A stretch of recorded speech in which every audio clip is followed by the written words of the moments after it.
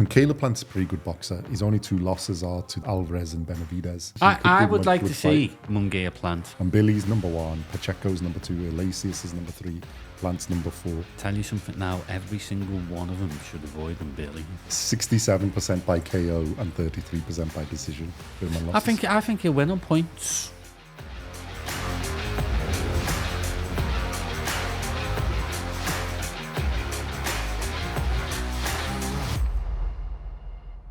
Welcome back to BoxCast. In this episode, we're going to look at the upcoming fight on the 31st of May 2025, taking place in the Michelob Ultra Arena in Las Vegas, USA. Going to be shown on Prime Video in the US and in the UK, between Caleb Plant and Jose Armando Resendiz. It's a super middleweight, so let me start with a tail of the tape. Caleb Plant has 23 wins, 2 losses, 0 draws, 25 fights in total. He's 14 wins by KO. He's age 32. He's 6'1", 185 centimeters, and 74 inches, 188 centimeter reach. It's at super middleweight, which is 168 pounds, 76.2 kilos, and he fights out of an orthodox stance. And Mr. Jose Armando Resendiz has 15 wins, 2 losses, 0 draws, 17 fights in total, 11 wins by KO. He's age 26. He's 5'10", 178 centimeters, and he's got a 69-inch reach, 175 centimeters, and he also fights out of an orthodox stance. So, Simon, your thoughts on this one? What do we think? Although Benavidez has now gone up. And other than that, he's sort of, he's won every other fight, hasn't he? And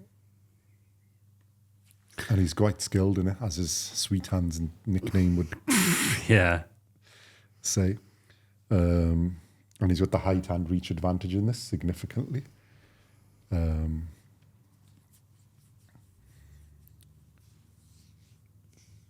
But Resendiz, a bit less known, has had a couple of losses. Well, one by TKO. Resendiz basically... This is a big step up. And he started his career as a light heavyweight for 2 fights. He's gone backwards, really, isn't he? Then went to cruiserweight. Yeah. Then back down to super middleweight. Then back up to light heavyweight. And then he's sort of stuck then around. He went to middleweight, I think. Against Garcia for the WBA eliminator at middleweight. And now he's back at super middleweight. Look, Caleb Plant should be take care of him taking care of business. Yeah, pretty handily, to be honest. He's got height, reach advantage, and his boxing skills, he should be able to win here fairly comfortable as well. I'd say 4 or 5 rounds. I'm not giving Resendiz much of a chance, to be honest. Caleb Plant, he does have good boxing skills. He's got a bit of power. So he should be taking care of him quite handily. If he doesn't, then he can say goodbye to any other title shots that he wants in the future. Not that titles are going to become available anytime soon, with Canelo and Crawford fighting for undisputed. But there's still big fights in that division. So if Caleb Plant wants them, he needs to take care of this guy like I think he should do. Yeah. So yeah, I can't see it being anything other than a Caleb Plant win. I reckon he's got to be. I don't think there's, unless he's off his game, there's not much chance for. I mean, it's a fight because Resendiz obviously is there, but I think the level and class, he's not really faced anybody like that. He's gone for he's stepped up for Garcia, isn't it? But that was a middleweight. Look what happened to him. Yeah, and most of the rest of the opponents are not really at that the level of Caleb Plant or even that close. So I'm not a Caleb Plant fan, but well, neither am I really. But I think you've got to be respectful because he's, like I said, he's only been beaten by arguably the two best, Canelo and Benavidez. So I think I think this is what I call a confidence boosting fight. And even against Benavidez, he was close. Yeah. And it was on decision. Obviously, even against that Canelo, it was, I mean, there's some really wide card, but it was relatively close. So it's not like he's been blown away. Yeah. And he did actually stand and fight with Canelo, hence why he got done in the 11th round. But it's still, he's a good fighter. So this should be really like it's a tune-up, isn't it? Keep him busy. Yeah, I think that's all it is keeping him busy, to be fair. Because the big names have all been pretty occupied, so you haven't been able to get any of them. So hopefully... Well, rankings, he's still in that mix, I think. Obviously, Canelo's numero uno, which, let's take that out. And Billy's number 1, Pacheco's number 2, Elacius is number 3, Plant's number 4. He who should not be named from Cuban dancing school is number 5 school. And then some of the others, Shishkin, Saras, Munguia, although Munguia is probably going above there, Balanga, and then Martinez is the other one coming up. I'll tell you something now, every single one of them should avoid them, Billy. Yeah, I think they are. Because that man is one scary dude. Yeah. Well, I think he's the one really with his energy. And I think as Canelo, if he gets older, that Billy is the one that you could see because his robustness and his energy just as... Yeah. I would like to see Munguia Plant. Yeah. I'd like to see that fight, Munguia Plant. Well, Munguia's done his. He's revenged against Saras. Yeah, I want to see Munguia Plant comes through this. I think that would be a good matchup for both of them. And then of other fights, there's Balanga. I think it's Hamza Shiraz is stepping up to there. So that's an interesting fight as well. Too soon for Shiraz, that. Yeah, I think he's after his last performance. But we shall see. I think they've had the face-off in the boring event. Oh, no, but we forgot about the other guy. Oh, he's like the number 1 in the division now. Well, this Chris Eubanks. Exactly. He's the best in that division now. Need to give him, we've got to give him kudos. They point loads of punches and they do make it interesting fight. So, and he's an box office draw. Yeah, I don't know whether he's a super middleweight though. Well, what did he do? Middleweight he was fighting at, wasn't he? Yeah, he's fought at middleweight for the last 6 fights. But there's obviously been saying all the way through that he's struggling at that weight. Throw him in with him, Billy. I'm not sure that's the best matchmaking in the world. From Eubank Jr.'s point of view. From Billy's, I think it's fine.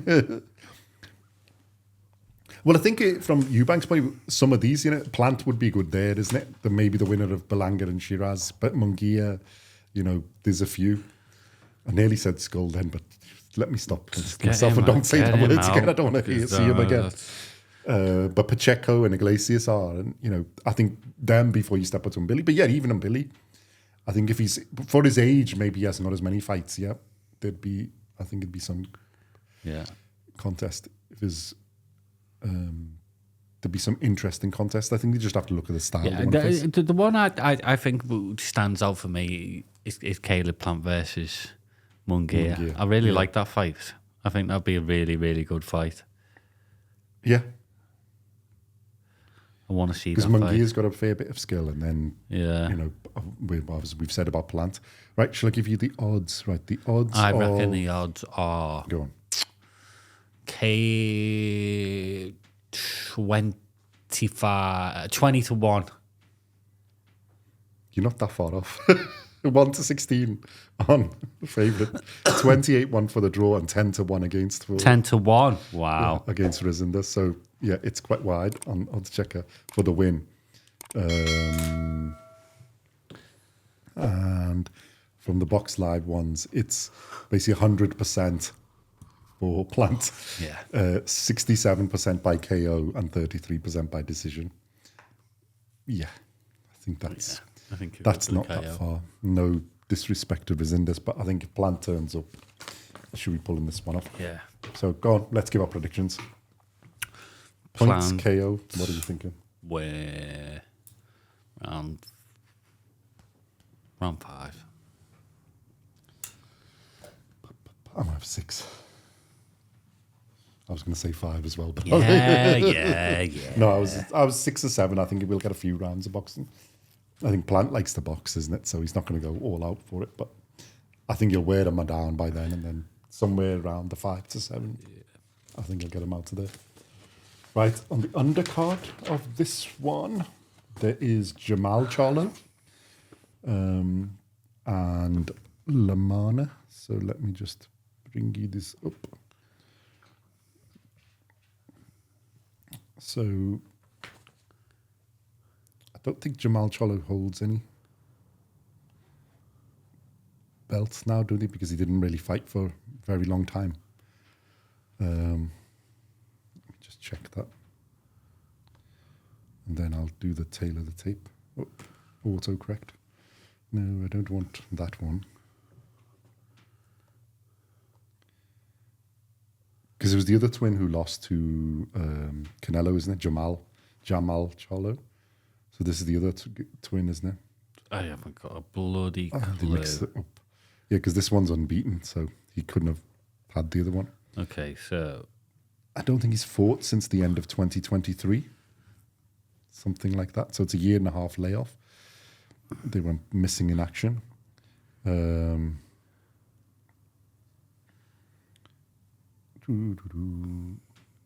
it up, paste it. All right, let's start with the fight.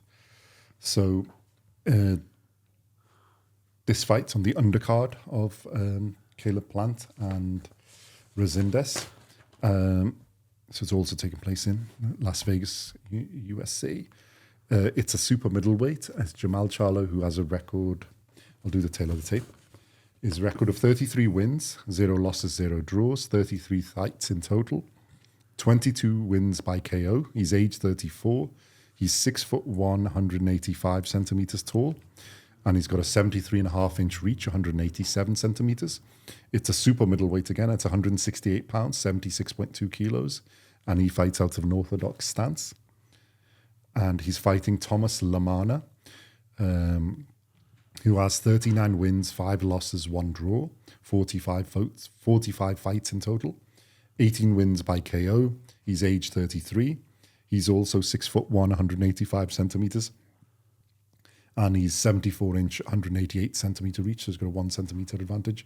And he also fights out of an orthodox stance.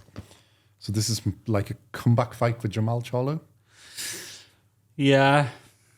When was his last fight? It was 2023 against Jose Benavidez Jr. Yeah, I think he's had a lot of. Well, he's middleweight, wasn't he? And he was middleweight champion, WBC middleweight champion. Yeah. And then he's gone up in his last fight, because his fight before that was in 2021. So they had a break, and then he's 2023. I think he's come back, stepped up to this weight, to super middleweight. A decision against Jose Benavidez Jr. And then now another year, 18-month wait. And now, Yeah, well, he got stripped of the WBC title, didn't he? Because he got arrested. yeah. Had a big argument with, if I remember rightly, Al Heyman over his contract. I think there's been quite a lot of out-of-the-ring incidents going on. Which is a shame, because he's a really talented guy. Yeah. Well, he's got a win over Derevyanchenko, isn't it? And a few Derevyanchenko, Matt Kobarov. All the way through his, he's got quite a good resume. Beat Jose Benavidez Jr. Yeah. Like you say, former WBC middleweight champion, didn't lose the belt, just got stripped of it. Yeah. So yeah, it's good to see him back. Well, hopefully the less out-of-the-ring controversy and stuff going on, and then he concentrates on his boxing. He is a good boxer. But, 34, he's getting up there, so he needs to do something if he's going to do it. Yeah. And he's jumping up, as we've said, to like a hot division in super middleweight. Yeah. Because Because I was going to say Canelo's going to go out the way, but Canelo's only 34, 35, isn't he? So it's like... I know, but it's because But he's aged. Canelo's been around for... You know when they did the face-off with Crawford, did you think he looks older than Crawford? Because I was looking at it and thinking, yeah, Crawford looks like a spray. You know, Crawford looks younger. I'd forgotten that he was older in it, and then I was looking at the stats and thinking Crawford's 37 or 38 or whatever. Canelo's only 34, but he looks like he's about 54. So No, he's had about 64 fights, that's why. So he looks... Had twice as many fights as Crawford. Yeah. So he looks like there's more wear and tear there than the usual fighters of that age. So, you know... No, I think this is just a warm-up fight for Charlo, isn't it? It's just, get rid of the ring rust. Yeah. Basically, and get back into it. He'll start calling out some big names. Yeah. But good to see him back. Like, to take the controversy out. He's a good boxer. You know, he's... Like say, he had some massive wins. He was on a good run of form. You know, was due to fight Canelo at one point. I think both the brothers have been mentioned in that thing, hasn't it? So, well, he was the one closer in weight because his brother was actually the division below, wasn't he? I think. And then jump up to fight him. Yeah, but no, I'm glad he's back, and hopefully he can make a bit of noise in the super middleweight division. Yeah. I don't think he's going to get any titles there, though, because I think them titles are going to be tied up for a while. Yeah. Because let's be honest. Well, I don't think there's going to be any rush to make a Charlo versus Canelo fight because that wasn't much better than the skull fight. So, Canelo doesn't need it. Canelo Crawford's for 2 fights. Yeah.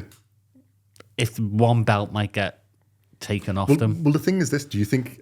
I don't think either of them get knocked out, which means it's going to be on point, which means there's going to be controversy. Yeah, there's going to be a rematch either way. There you go then. Yeah. So that's another... That's, you know... And... It's 12 months, isn't it? Although they do turn it round quite quick, the Saudis, don't they? But, you know, Crawford does only fight once every 2 years. Once every 2 years. So I think there'll be 2 of them, but it's going to be, you know, a few months apart. Yeah.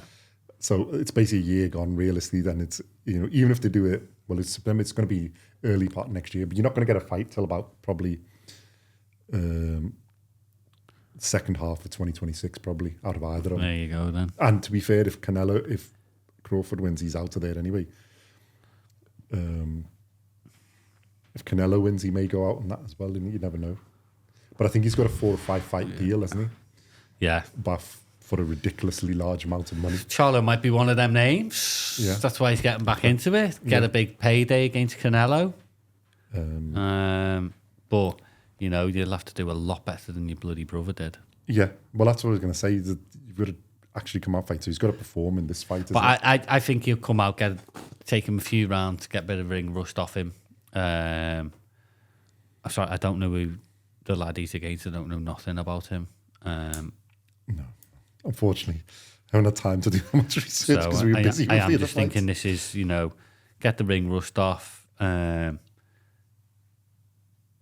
get him back out pretty quick after this as well. Yeah, I think he's got to get back into it. I think it's a seasoned sort of professional, but not at the highest level. Yeah. Lamanna, isn't it? Giving him a go. He's got a fair amount of wins, but there's, you know, a fair amount of losses. I think he'll win on points. Because who's Lamanna? Let's see who he's had. So he's lost to Lara by KO. Brian Mendoza, Jorge Cota, and who else? Dusty Hernandez Harrison. He is definitely from hillbilly wrestling, isn't he?